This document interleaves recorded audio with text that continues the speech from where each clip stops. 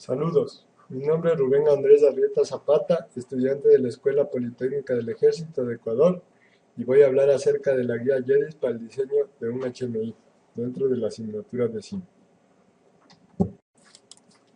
El temario de esta exposición comprende los siguientes puntos: objetivos, introducción, desarrollo, conclusiones y bibliografía.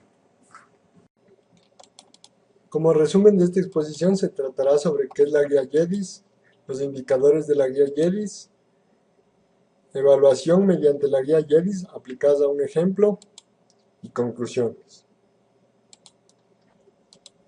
Objetivos. Los objetivos que me he trazado para esta presentación son: presentar de manera didáctica y mediante un video tutorial de duración menor a 1 hora la definición de la guía JEDIS y sus indicadores, descritos en la bibliografía detallada al término del tutorial. Determinar el grado de coherencia de un HMI ejemplo con la guía JEDIS presentada, en base a un análisis secuencial y evaluación propuesta por la guía. Introducción. En el presente trabajo se describe una metodología JEDIS en base al uso de directrices y recomendaciones para el diseño y elaboración de un HMI. Se aplicarán conceptos de evaluación descritos en la guía JEDIS para determinar el grado de coherencia de un HMI previamente elaborado con los parámetros sugeridos. Las recomendaciones de la guía JEDIS son abarcadas de manera secuencial en esta presentación. Para la presentación de este tutorial se hizo uso de diverso material bibliográfico, el cual se presenta al término de la exposición. Desarrollo.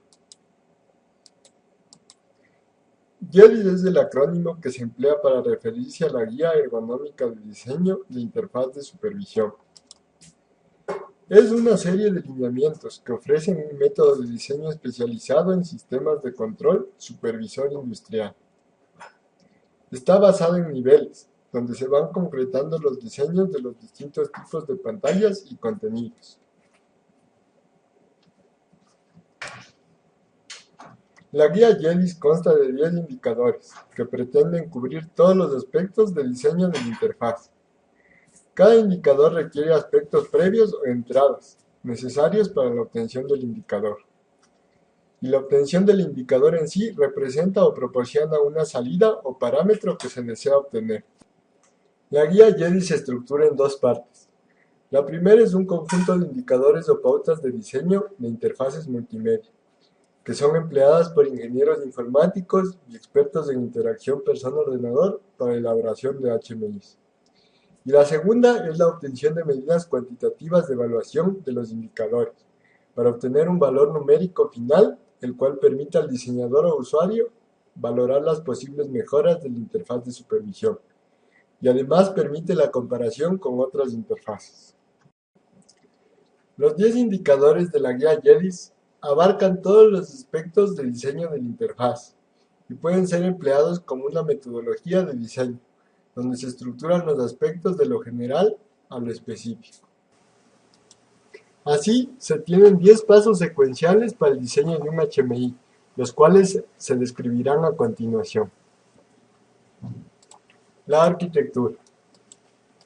En este paso se debe establecer un mapa, donde se definirán de manera general las diferentes pantallas con las que contará el operador para interactuar con el sistema de automatización y control. Este mapa deberá establecer las relaciones lógicas entre las pantallas, de manera que pueda también servir para el diseño de la navegación del sistema. Se debe generar un listado donde se muestren las pantallas y su función específica. Y los tipos de pantallas deberán ser incluidos en este primer paso. Los tipos de pantallas. Pantallas de proceso. En esta se muestra el estado de los equipos y del proceso mismo. Son conocidas también como mímicos o sinópticos del proceso. Pantallas de comando. Estas pantallas permiten al operador realizar acciones generales, tales como el arranque o paro de equipos y selecciones diversas. Pantallas de configuración. Permiten al operador y al ingeniero de proceso establecer los parámetros de configuración del sistema. tales como límites de alarmas, sincronización de PIDs, calibración, recetas de producción, etc. Pantallas de tendencias. Aquí se muestran los valores de las variables más importantes del proceso en el tiempo. Y pantallas de alarmas, donde se presentan las distintas alarmas del sistema. Las directrices para elaborar la arquitectura del HMI son: la arquitectura en forma de mapa debe reflejar la organización de la planta. Una arquitectura jerárquica basada en planta, área, subárea y equipo es la más recomendable.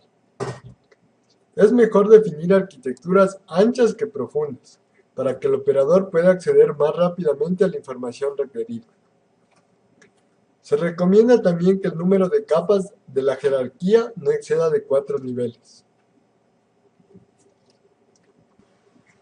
Aquí podemos ver un ejemplo de un mapa de arquitectura, donde se puede ver una estructura jerárquica de área, subárea y equipo y las relaciones lógicas entre los distintos niveles. Como resumen de este paso debemos obtener dos productos. El primero es el mapa gráfico de la arquitectura que muestra las pantallas que componen al sistema y sus relaciones lógicas. Y el segundo es un listado de las mismas pantallas con las funciones que desarrollan cada una de ellas.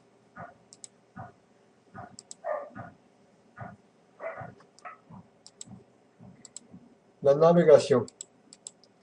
De este paso debemos determinar cómo navegará el operador dentro del sistema. Actualmente se prefiere la navegación utilizando dispositivos de apuntar y pulsar, sobre la navegación soportada con el teclado.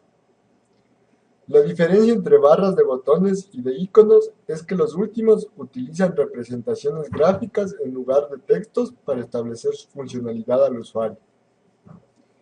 Si se van a usar iconos, es recomendable que estos sean simples y fáciles de reconocer. Los métodos para realizar la navegación en la interfaz son: menús y submenús, barras de botones, barras de iconos gráficos, links con hipertextos, links con gráficos del proceso, teclas de función y cajas, combos o listas desplegables. Las directrices que se deben seguir para el diseño de la navegación en la interfaz deben considerar los siguientes aspectos. Si se cuenta con pocos dispositivos de visualización, se debe proporcionar más medios de navegar horizontalmente, de manera que el operador pueda cambiar de área frecuentemente con mayor facilidad. La navegación no debe ser un obstáculo a las acciones del operador en situaciones de emergencia. El área de contacto para pulsar debe ser lo suficientemente grande para que sea fácil de usar. Si se emplean pantallas táctiles, se debe considerar la fisonomía del operador o operadores. La posibilidad de desplazarse a la pantalla anterior o a la siguiente, así como la de regresar al inicio o cierre de la pantalla en casos de que sea aplicable, debe ser considerada. Si se utilizan iconos, se recomienda proporcionar una ayuda textual ulterior al usuario. Este aspecto puede mejorarse notablemente si se especifica un estándar de iconos del sistema. Se recomienda utilizar zonas predefinidas en la pantalla para ubicar los menús, barras de botones, de iconos, botones de atrás a adelante, inicio, cierre, etc. Dado que la navegación es una actividad de la sensación y de la percepción del operador, se recomienda el fondo de la pantalla como una zona factible para esta actividad. De usarse menús, estos deben ser agrupados en base a la similitud funcional de sus elementos. Los menús deben presentarse en una sola columna vertical, evitando en lo posible anidar sus menús. El orden en que se muestran las opciones de los menús debe basarse en los conceptos como importancia de la función o la frecuencia de uso. Como resumen de este paso de la metodología, se debe obtener la definición formal de él o las formas de navegación, ya sean barra de botones, de iconos, menús, etc. Los botones especiales que se utilizan, como atrás, adelante, inicio, alarmas, etc. Las zonas de las pantallas en las que serán ubicadas estas funciones, el tamaño de las barras, los botones, los menús, los combos, etc. Así como la definición general de los iconos en caso de que esta opción sea utilizada. Distribución. De este paso se deben desarrollar las plantillas que regirán el desarrollo de la interfaz. Se deberá establecer cuántas clases de pantallas serán desarrolladas. Mientras menor sea el número, es mejor. Y para cada clase se deberá desarrollar una plantilla general.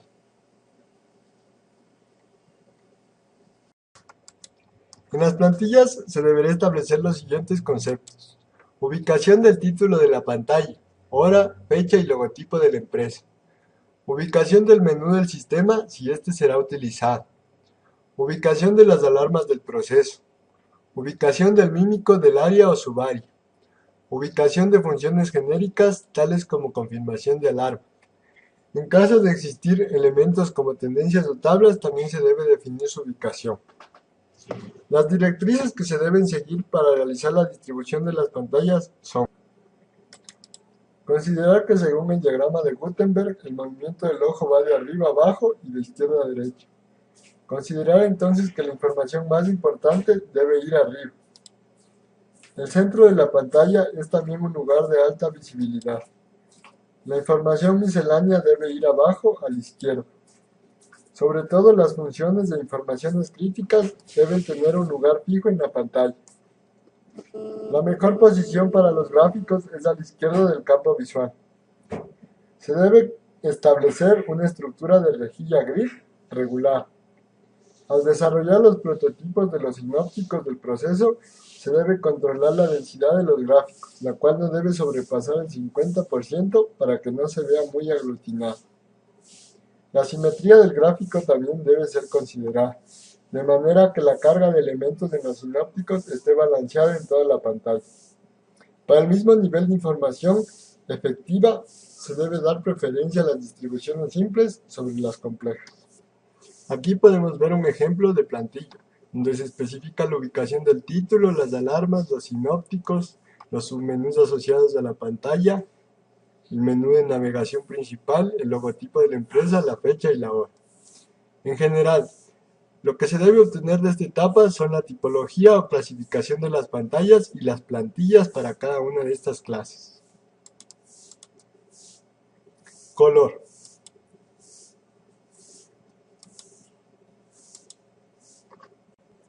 El uso adecuado del color, el cual debe ser conservador, convencional y consistente, es determinante para la generación de una excelente interfaz. El color se emplea para representar el estatus de los equipos de la planta, como marcha, paro, falla, manual, etc. El color de los principales materiales y fluidos del proceso también debe ser representado, como son el agua, el aire, los gases, materia prima, etc. Se debe definir el color de las alarmas, ya sean críticas, advertencias o mensajes. Se debe también definir el texto general, como son los títulos, las etiquetas, el texto de los botones, etc. El color del fondo de la pantalla y el color de los valores del proceso. Las directrices que se deben seguir para definir el uso del color en una interfaz son: se debe limitar el número de colores a 4 para principiantes y no utilizar más de 7 para expertos en una pantalla, y asegurarse que estos sean perfectamente diferenciables entre ellos. Cuando se combinen colores, se debe maximizar el contraste entre ellos. No se debe utilizar combinaciones con contrastes incompatibles, como rojo-azul, rojo-verde, azul-amarillo, amarillo-blanco o verde-azul.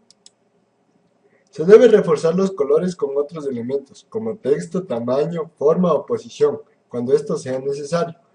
Evitar combinaciones de texto y color de tipo texto rojo sobre fondo verde o texto azul sobre fondo amarillo. Se debe usar el color blanco para la información periférica. El color debe usarse para indicarse calidad y no cantidad.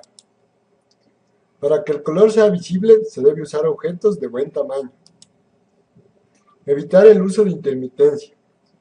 salvo en casos especiales y aislados.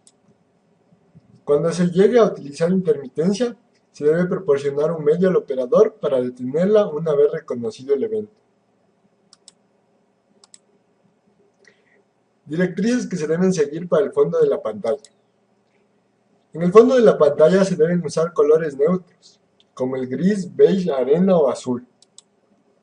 No usar blanco o negro, dado que dan mucho resplandor. Los colores de fondo deben ser contraste con los demás elementos. El uso de diferentes colores de fondo puede ser utilizado para diferenciar o agrupar procesos o áreas de la planta.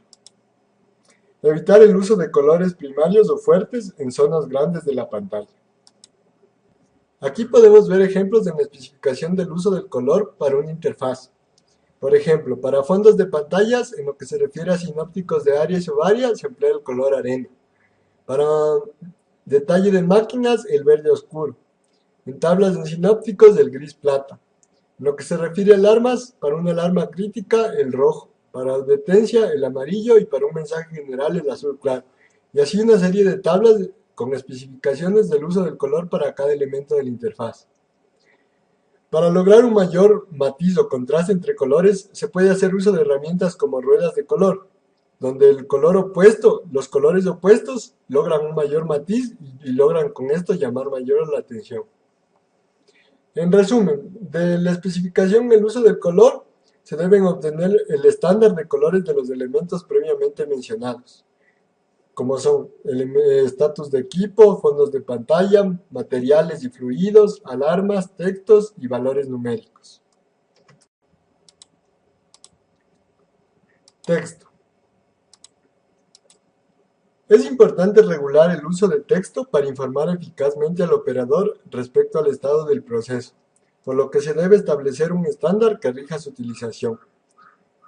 Se debe especificar las características que el texto debe tener, como son el uso de fuentes, el tamaño, la alineación, el espaciamiento, los acrónimos y las abreviaturas. Las directrices para la definición de fuentes son: no se debe utilizar más de 3 fuentes en la interfaz. No se debe emplear más de 3 tamaños de la misma fuente. Preferentemente se debe usar fuentes sans serif. El tamaño de la fuente debe ser tal que se pueda leer a distancia por el operador. Una fuente menor a 8 es difícil de leer. No se debe usar solo letras mayúsculas. Se debe alternar el uso de letras minúsculas.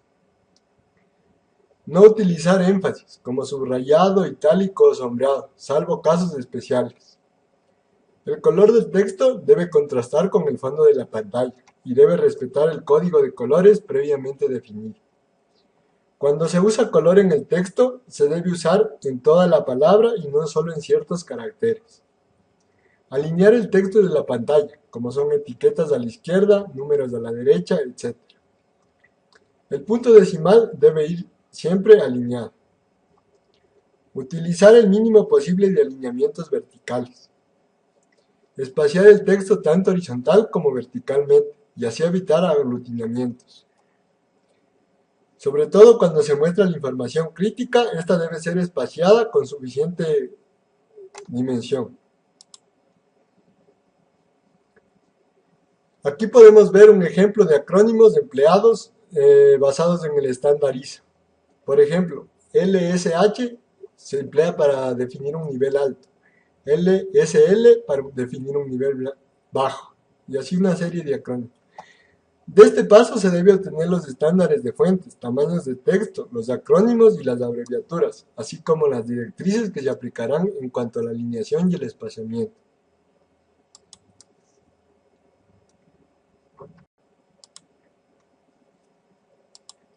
Equipos. En el estatus de los equipos y eventos se define el estándar gráfico de símbolos e iconos que representan al estatus de los diversos equipos de la planta, tales como ventiladores, bombas, filtros, etc. Se define también los cambios de estados digitales, como son on-off, de los eventos que se requieren presentar en la pantalla de proceso. Debemos obtener los datos que representan a los dispositivos de la planta y que informan al ordenador su estado de manera general, como que si el equipo está trabajando, está parado, en falla, advertencia, etc. Las directrices para definir símbolos de iconos son las siguientes. Deben ser simples, cerrados y de un tamaño suficientemente visible. Se debe evitar detalles y realismos innecesarios. Se debe utilizar figuras geométricas simples para definir los símbolos e iconos. Preferentemente deben ser enmarcados y delimitados con borde oscuro. Los símbolos de iconos no deben ser ambiguos. Si es el caso, se puede reforzar la señalización del estado del equipo con texto que también lo indique. Aquí tenemos un ejemplo de la definición de símbolos. Como podemos ver, la banda transportadora, el ventilador, la bomba hidráulica, bomba on-off, etc. Como resultado de esta etapa debemos obtener el catálogo de símbolos e iconos que representan cada uno de los tipos genéricos de los dispositivos que se encuentran en la planta y de los eventos discretos asociados al proceso.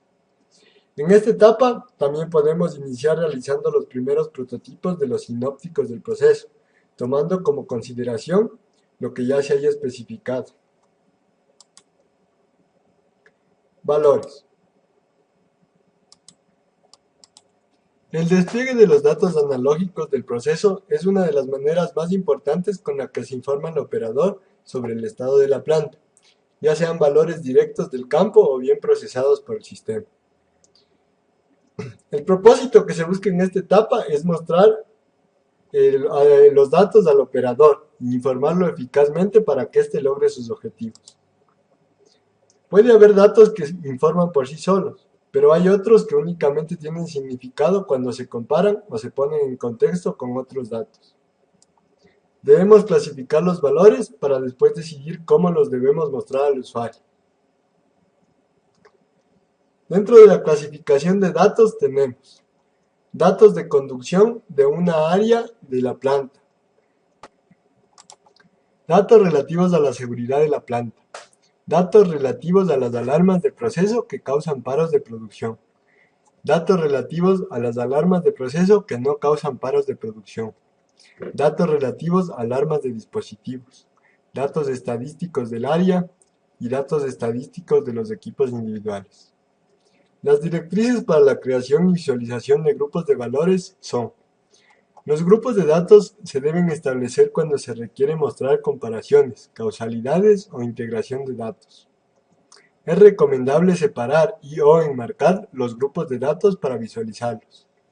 Cuando existen varias tablas con datos cualitativamente similares, pero aplicadas a diferentes áreas o equipos, se debe mantener el mismo orden dentro de ellas. Preferentemente se debe agrupar valores en conjuntos de menos de 9 datos.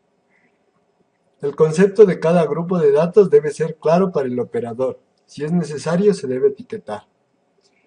Dentro del grupo se debe ordenar los datos por alguno de los siguientes criterios: importancia, frecuencia de uso, secuencia, función, tipo o bien alfabéticamente. Las directrices para el despliegue de los valores de la planta. Se debe respetar y aplicar los estándares previamente definidos respecto al color y la información textual. Evitar el uso de decimales poco significativos. Si es apropiado y da mejor comprensión al operador, usar barras dinámicas horizontales o verticales para mostrar los valores analógicos, además del valor numérico relativo. En caso de utilizar barras dinámicas, se debe etiquetarlas claramente y hay que asegurar de mostrar su escala. Si se muestran varias barras dinámicas con motivos de comparaciones, es importante normalizar las escalas y utilizar diferentes colores para los diversos valores. Es importante que el operador pueda determinar en todo momento las unidades de ingeniería de los datos numéricos, pero no necesariamente deben mostrarse. Para resaltar valores se pueden aplicar un cambio de color de su fondo o bien enmarcarlo en un borde negro. Otros efectos, como el cambio dinámico del tamaño y posición, se deben usar en casos muy específicos y esporádicos para evitar sobrecarga al usuario con información. Aquí podemos observar un ejemplo de distribución de pantalla donde se incluye la información y valores del proceso, en un mímico del proceso al interior del sinóptico. Como resultado final de este paso debemos obtener la lista clasificada de valores analógicos de la planta y sus grupos de datos relacionados. También en esta etapa debemos empezar a afinar los sinópticos iniciados en la fase anterior. Tablas. Los gráficos de tendencia y las tablas son los principales medios de agrupamiento de las variables para crear esquemas informativos para el usuario. El establecimiento de los grupos de tendencias no elimina ni modifica los definidos en la anterior etapa, sino que crea un nuevo catálogo exclusivo para este tipo de gráficos. Como es común que los sistemas de escala proporcionen un ambiente específico para mostrar estas tendencias, debemos decidir si estos grupos van a pertenecer exclusivamente a ese ambiente o si bien vamos a insertarlos al interior del sinóptico del proceso. Las tablas de datos son otros elementos que, como ya se mencionó, se utilizan para agrupar información relacionada.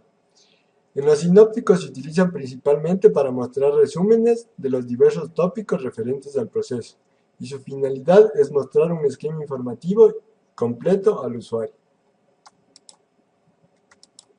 Las directrices para definir gráficos de tendencias son: no se debe poner más de 9 variables en una sola gráfica.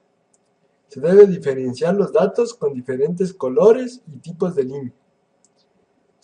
Hay que asegurarse que los rangos del gráfico sean adecuados para la operación. Se debe mostrar el mínimo y máximo para cada variable. Se debe incrementar las escalas de abajo hacia arriba o de izquierda a derecha. Se debe usar una rejilla tenue, grid, para ayudar al operador. Las divisiones de la rejilla deben ser comunes, tales como 1, 2, 5 o 10 unidades.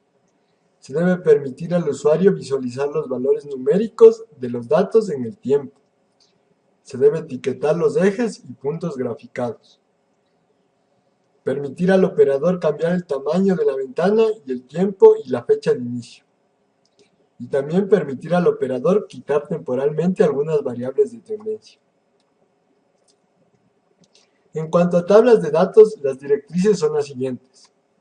Es recomendable distinguir las tablas utilizando un color de fondo diverso al de la pantalla. Para separar las celdas se puede emplear una rejilla tenue, grid, para que sea distinguible al usuario. Se debe titular claramente la tabla. Se debe ordenar filas y columnas de la tabla por algunos de los siguientes criterios: importancia, frecuencia, función, tipo, tiempo o alfabéticamente. Aquí podemos ver un ejemplo de una gráfica de tendencias. Como resultado final de esta etapa debemos obtener los grupos de tendencias y la definición de las tablas de datos que serán mostrados al operador.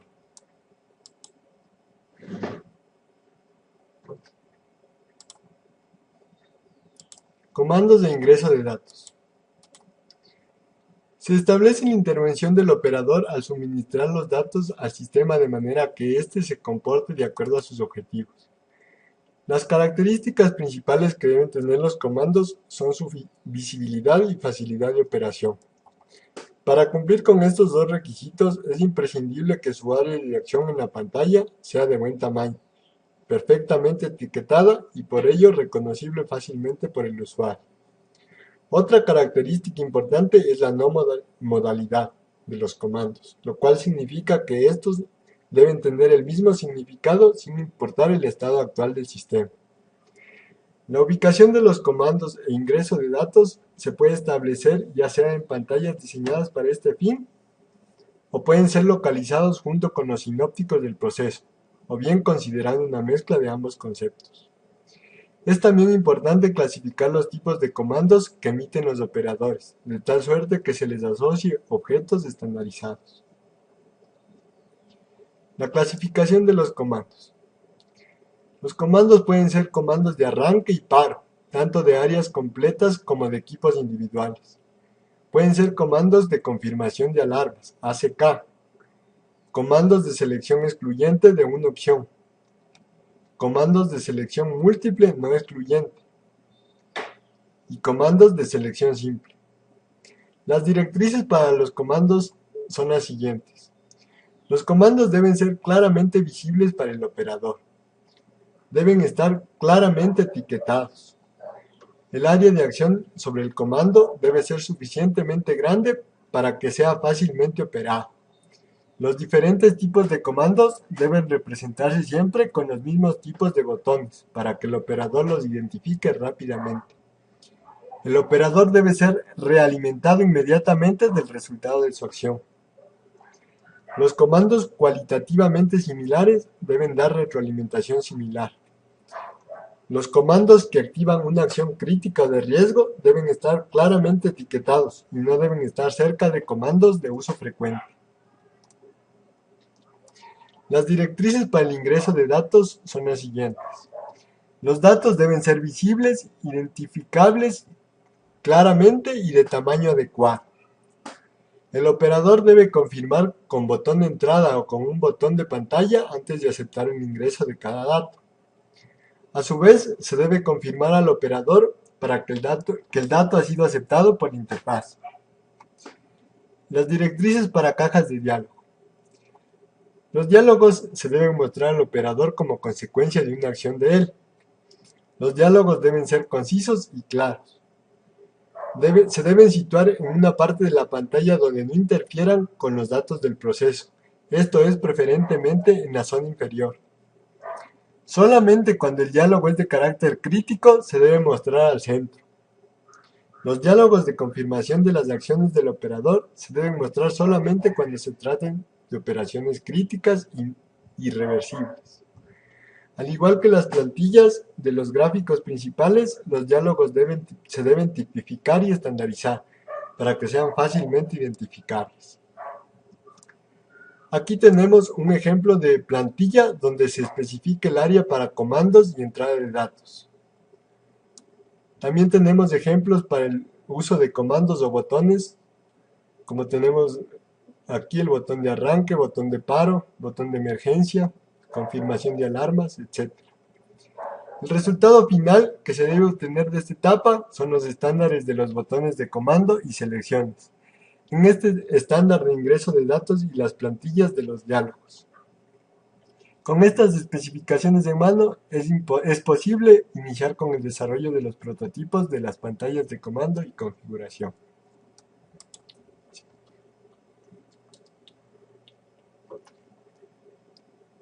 Finalmente, alarmas. Las alarmas, junto con la representación del estatus de los equipos y de los valores analógicos, se constituyen los principales elementos con los que se informa al operador sobre el estado de la planta. Las alarmas son muy importantes, ya que alertan al operador sobre las situaciones anómalas que se presentan en el proceso e implican la intervención de él. En caso de que exista una situación informativa que no requiera una intervención al usuario, entonces se definirá como mensaje en vez de alarma. La clasificación de alarmas y mensajes por prioridades en cuanto a su criticidad. Se clasifican alarmas críticas cuando amenazan la seguridad de la planta y o pueden implicar la detención de la producción. Advertencias. Estas son las que se pueden convertir en potenciales situaciones críticas, después de un tiempo, si el evento que las originó continúa empeorando el estado del equipo. Mensajes. Son eventos que conviene transmitir al operador, pero no representan una amenaza a la conducción del equipo, a la producción o a la seguridad de la planta. Las directrices para definir alarmas son: los mensajes y las alarmas deben ser congruentes con los estándares de color, fuente, texto, tamaño, espaciamiento y alineamiento predefinidos. Se debe evitar el exceso de alarmas y mensajes superfluos al operador. Para constatar el reconocimiento de la situación, el operario debe validar las alarmas críticas, ACK. El código de colores de alarma debe complementarse con otros elementos como un icono, la visibilidad de un texto, su posición en la pantalla o un sonido. Directrices para ubicar la pantalla de alarmas. La ventana o zona de alarmas debe ser distinguible por el operador y debe estar preferentemente siempre presente y visible. En caso de que no pueda fijarse siempre, se debe poder acceder a ella de manera inmediata o mostrarse automáticamente al presentarse una nueva alarma. Los mensajes, en cambio, no deben ser mostrados en todo el tiempo, pero se debe poder acceder a ellos fácilmente. Directrices para representar alarmas y mensajes. El texto de las alarmas debe mostrar el área equipo concreto, la condición o parámetro anómalo, la prioridad, además de la hora y fecha del evento. En todo caso, el texto debe ser conciso y claro. Las alarmas de más prioridad deben aparecer en la parte superior de la ventana. Es recomendable asociar sonidos a las alarmas que requieren la intervención del operador. Los sonidos más agudos deben asignarse a las alarmas de mayor prioridad, puesto que llaman mayor la atención del operador. Al reconocer la alarma, el sonido asociado debe detenerse aun si la situación anómala aún permanece. Las alarmas se deben mostrar agrupadas lógicamente aparte de su prioridad y cronología, ya sea por área, subárea, equipos, etc. Las alarmas tienen normalmente un componente textual en su ventana y uno gráfico en el sinóptico del proceso respectivo. Los cambios de estado en las pantallas del proceso deben corresponder a lo mostrado en la ventana de las alarmas. El operador debe poder reconocer las alarmas fácilmente, sin tener que desplazarse de su zona de trabajo. Aquí podemos ver un ejemplo de una tabla de alarmas, definidas para un sistema SCADA. Como resultado final de este paso, se debe obtener las características principales del sistema de alarmas y mensajes al operador.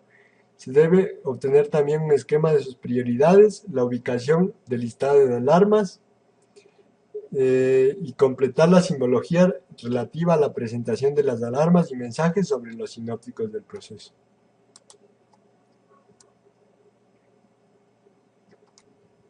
Aquí podemos observar una tabla resumen de los indicadores de la guía JEDIS, donde consta una breve definición, las entradas y las salidas de cada indicador o paso.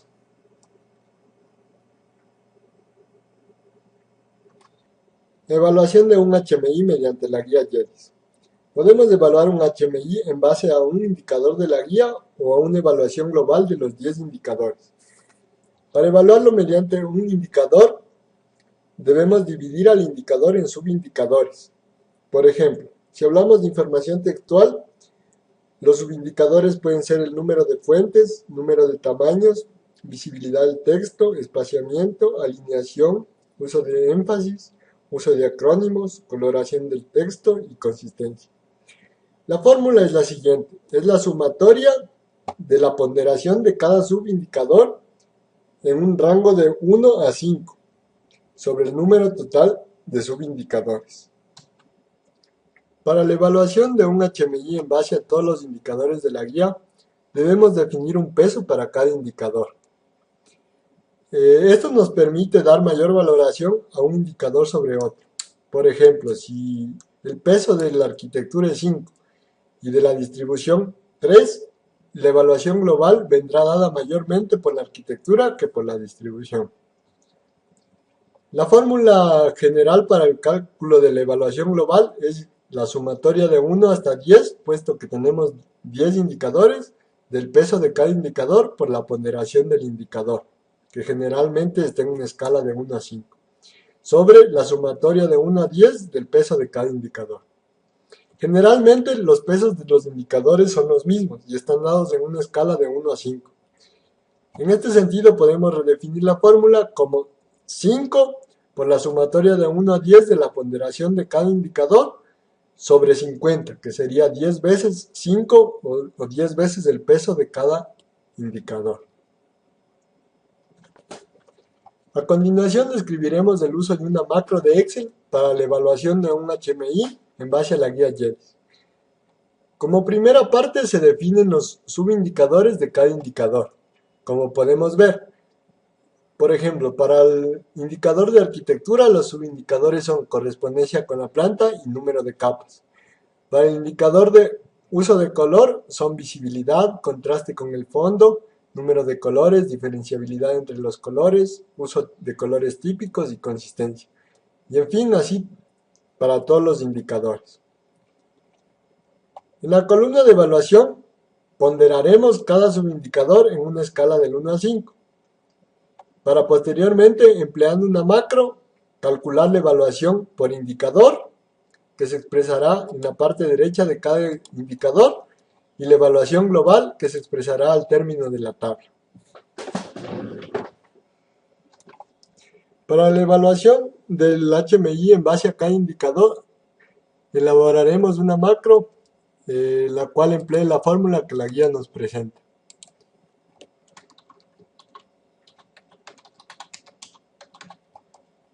La macro la llamaremos como valoración por indicador.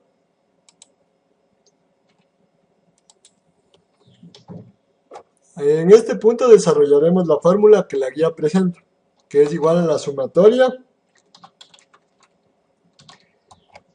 de la ponderación de todos los subindicadores, que se situará en la columna evaluación, desde la celda C3 a la celda C4, dividido para el número total de subindicadores, que como vemos en este caso es 2. Para el caso de la distribución, sería igual a la sumatoria de la ponderación de todos los subindicadores de la distribución, que están desde la celda C6 a la C8, dividida para el número total de subindicadores, que en este caso es 3. El mismo procedimiento se deberá hacer para todos los indicadores. También definiremos el formato de la celda, el cual estará en número y nos dará con un decimal. Y un sombreado que permita al usuario distinguir la evaluación de cada indicador.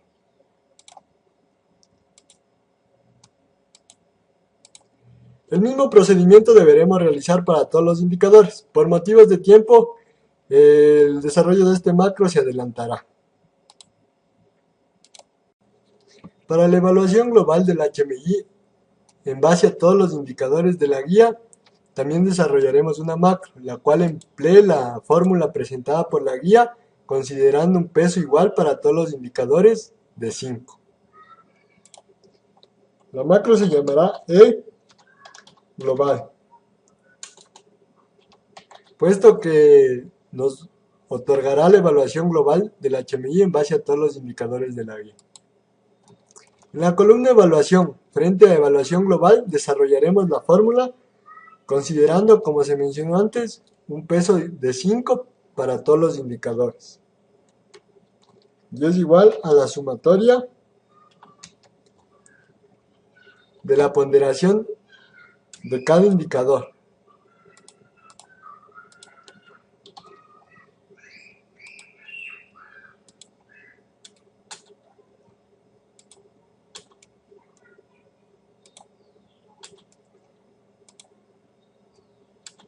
Como podemos ver, realizamos la sumatoria de cada indicador cuya ponderación se realizó en base a sus subindicadores.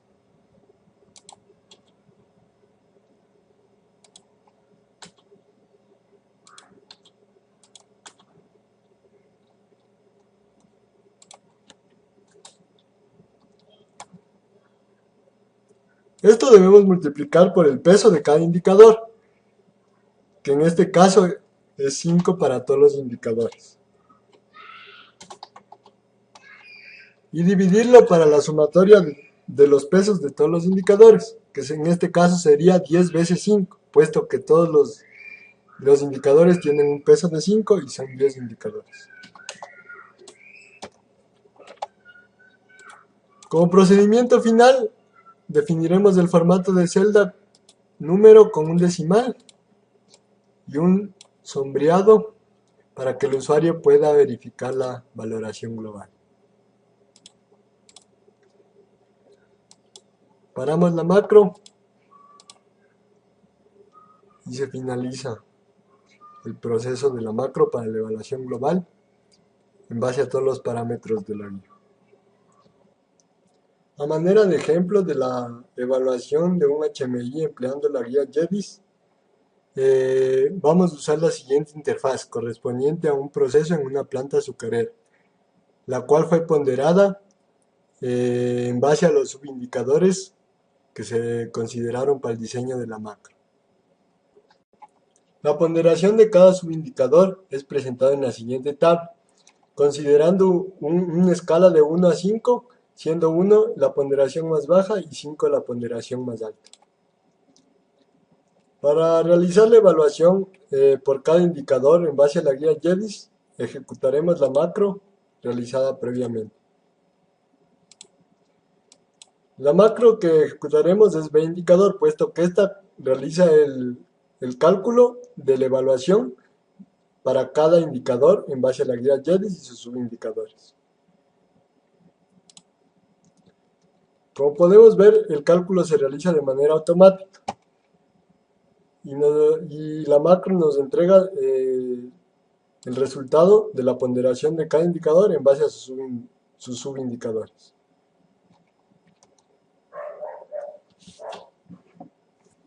Finalmente obtendremos la evaluación global del HMI en base a todos los indicadores de la guía, para lo cual ejecutaremos la macro correspondiente, la cual la llamamos como E global. Como podemos ver, la macro nos entrega la ponderación final en base a todos los indicadores de la guía JEDIS. Conclusiones.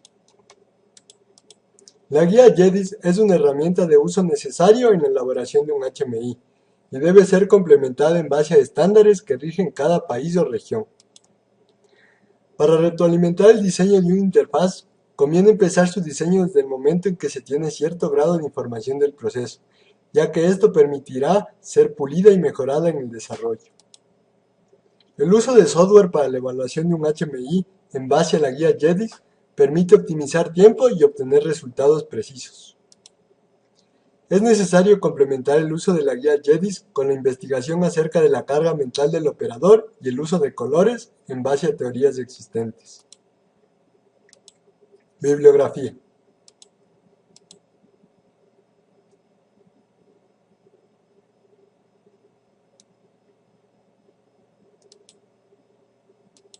Con esto concluye la presentación. Muchas gracias por la atención.